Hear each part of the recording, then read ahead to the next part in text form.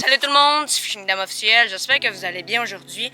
On a une belle vidéo à vous présenter aujourd'hui en cette belle journée qui fait super chaud, ça sent la pêche, c'est le fun. Puis on va vous parler d'un sujet qui est quand même intéressant, qui s'intitule la pêche du brochet, l'ouverture et la fermeture. On va tout démystifier ça ensemble. Puis Will va parler de l'ouverture, puis moi je vais vous parler de la fermeture. Puis sur ça, on perd pas de temps, puis je vous laisse avec Will, il va vous jaser de ça. Pour débuter, le premier truc que j'ai à vous donner pour l'ouverture de la pêche du brochet, c'est d'utiliser des leurres quand même assez gros, trapus, puis avec une action très lente. Pourquoi je dis ça?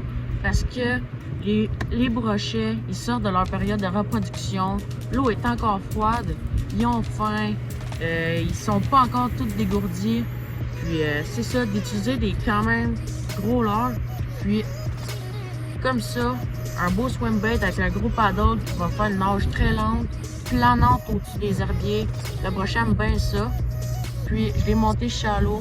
Celui-là, ce swim bait-là, c'est de la marque Wagging Bait. Il est très beau. J'aime vraiment ce modèle-là. Je n'avais jamais trouvé auparavant.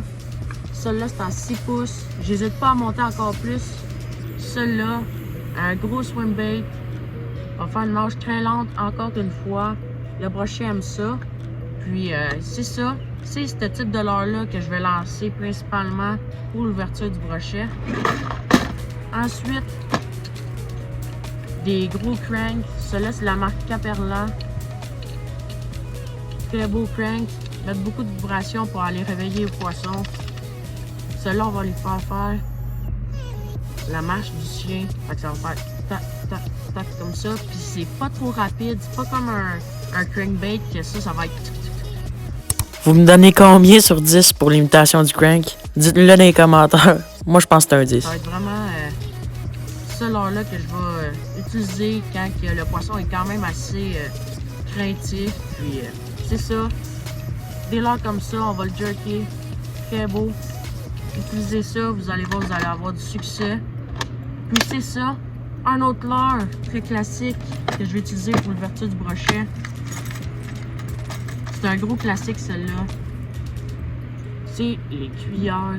Celle-là, c'est Colory Frog. Rouge et blanc, ça marche bien.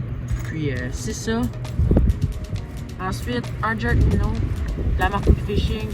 Très bon pour le poisson qui est très craintif. C'est un de mes leurres favoris que j'ai dans mon coffre. Celui-là, je vais l'utiliser souvent, vous allez le voir. Sur le bout de ma ligne, très souvent. Puis, c'est ça. Ce qu'il faut retenir de ça. Ramenez pas trop vite parce que le poisson est encore engourdi à cause que l'eau est très froide. Utilisez des grosses bouchées pour le poisson parce qu'ils viennent juste de leur période de reproduction. Ils ont faim. Puis c'est ça un leurre avec une nage très lente. Vous allez être en business. Puis je vous passe Tom pour la fermeture. Quelle technique utiliser? Let's go, je vous le passe. Donc, première chose à prendre en condition, tout simplement, c'est le brochet, il faut qu'il se nourrisse, il faut qu'il soit capable de toffer pour l'hiver. Donc, il va se nourrir de proies un peu plus grosses. Ce qui veut dire qu'il va falloir changer notre manière de pêche en condition de ce facteur-là. Puis, c'est tout simple. Quand je parle de technique qu'il va falloir mettre en condition, c'est bien sûr le fait de pêcher plus lentement avec des leurres plus imposants. Donc là, quand je parle de leurres plus imposants, je parle des leurres qui vont devenir dans environ 5, 6, 7 pouces, 20 cm environ. Ça va être des leurres qui vont être quand même très imposants puis qui vont être capables de faire en sorte qu'on va capturer nos brochets en fermeture. Donc là, je vais vous en présenter quelques-uns, puis c'est parti. Donc, quand je parle de technique puis je parle de big bait, des gros leurres qui vont émettre pas beaucoup de vibrations, mais qui vont avoir une action très erratique. Comme là, c'est un exemple, mais c'est un nouveau leurre de mon arsenal pour cette année. C'est un très bon exemple, c'est le Rogan 200 de la compagnie Caperlan. Ici, on voit, il y a un gros paddle, donc ça va être super efficace. Puis ça va être une technique qu'on va utiliser, par exemple, proche d'une ligne d'herbe, entre la ligne d'herbe et la surface de l'eau, sur les zones shallow. Donc ça, c'est super efficace. Puis il y a aussi d'autres techniques, je vais vous en présenter un autre dès maintenant. Pour le deuxième point, ça va être la pêche du brochet en profondeur. Quand je parle de profondeur, je parle de 15 à 20 pieds. Donc, ben oui, le brochet, en fin de saison, en fermeture, il a tendance à se tenir dans les eaux profondes.